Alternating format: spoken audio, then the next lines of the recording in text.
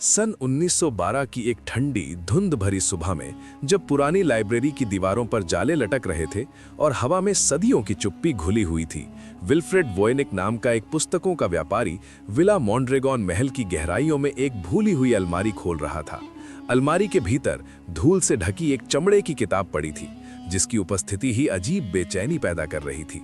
उसे देखते ही वोयनिक समझ गया कि ये कोई साधारण ग्रंथ नहीं, ये एक ऐसा रहस्य है जो शायद समय से भी पुराना है और जिसे छूते ही दुनिया बदल सकती है।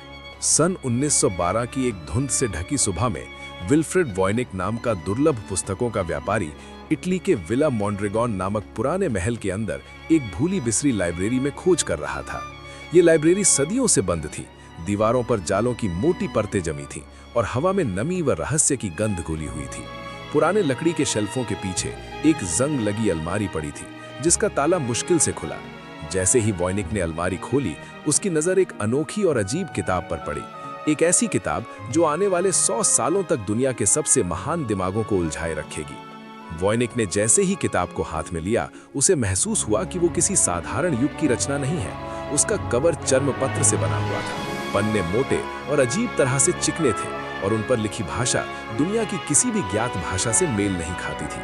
अक्षर गोल, पतले, मुड़ावदार और इतने तालबद्ध थे कि लगता था जैसे किसी संगीत की लय में लिखे गए हों। इससे भी अधिक रहस्यमय थे किताब में बने चित्र, अजनबी पौधे जो पृथ्वी के किसी पौधे से मेल नहीं खाते थे, अजीब तारामंडल, रहस्यमयी नहरों में स्नान करती स्त्रियां और कई पन्नों पर ऐसे रहस्य जो किसी खोए हुए ज्ञान की ओर संकेत करते थे। विद्वानों का मानना है कि ये पांडुलिपि लगभग 1400-1500 के बीच लिखी गई होगी, जब यूरोप में जादू, अल्केमी और गुप्त विज्ञान अपने चरम पर था।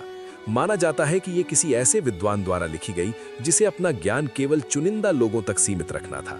कुछ विशेषज्ञ इसे महान वैज्ञानिक रोजर बेकन की रचना मानते हैं, जिनके पास अपने समय से कई सदियों आगे का ज्ञान था। यदि ये सच है तो ये किताब उनके गुप्त प्रयोगों और खोजों की डायरी भी हो सकती है। 1600 के दशक में ये किताब बोहीमिया के राजा रूडोल्फ द्वितीय के पास पहुंची, जो रहस्यमयी वस्तुओं और तांत्रिक ज्ञान के दीवाने माने जाते थे। राजा ने इसे सोने की भारी कीमत देकर खरीदा था, क्योंकि उनका विश्वास था कि इसमें अमरता या दैवी शक्ति का कोई बड़ा रहस्य छिपा है। पर किताब के महल में आने के बाद विद्वानों में अजीब सी बेचैनी, असफल प्रयोग और मानसिक अस्थिरता देखने को मिली।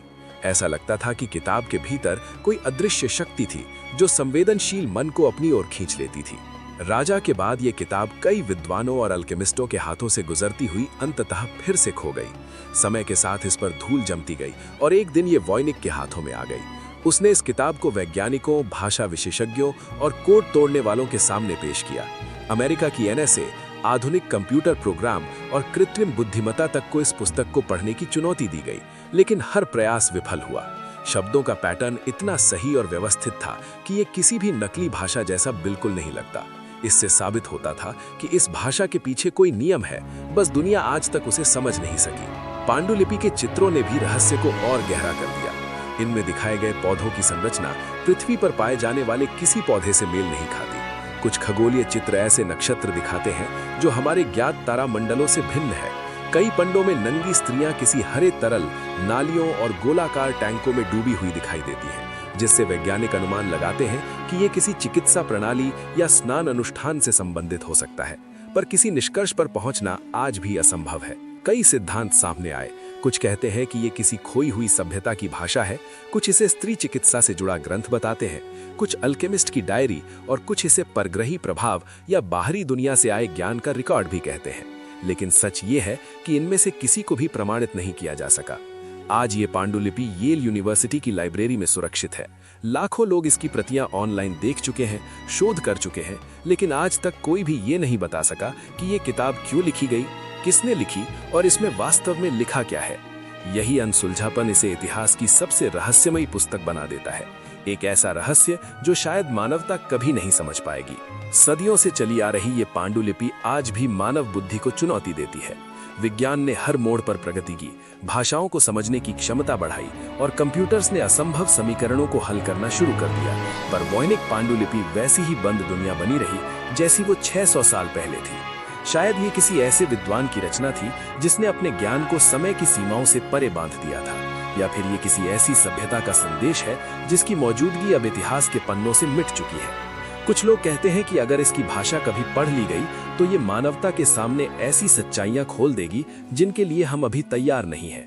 और कुछ का मानना है कि ये किताब सिर्फ उन लोगों को अपना राज बताएगी जिनकी बुद्धि, धैर्य और आत्मा इसकी लय से मेल खाती है। पर सच चाहे जो भी हो, वॉयनिक पांडुलिपि आज भी उसी शांत रहस्य में डूबी है जैसे किसी अनदेखी दुनिया का द्वार हो। शायद एक दिन कोई इसके शब्दों की धड़कन सुन सकेगा और उस दिन मानव इतिहास का सबसे गहरा रहस्य आखिरकार उजागर होगा।